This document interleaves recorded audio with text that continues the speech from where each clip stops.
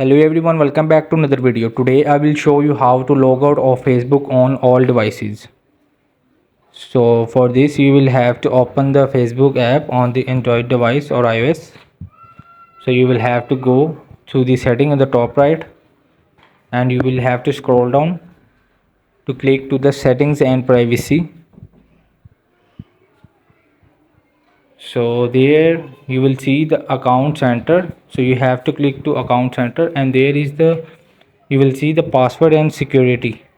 So in there you will see the security checks where you logged in. So you will have to just click to the where you logged in.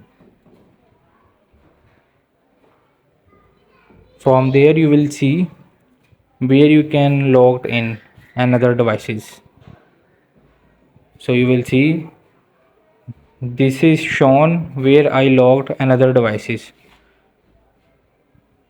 So now I will just select devices to log out all.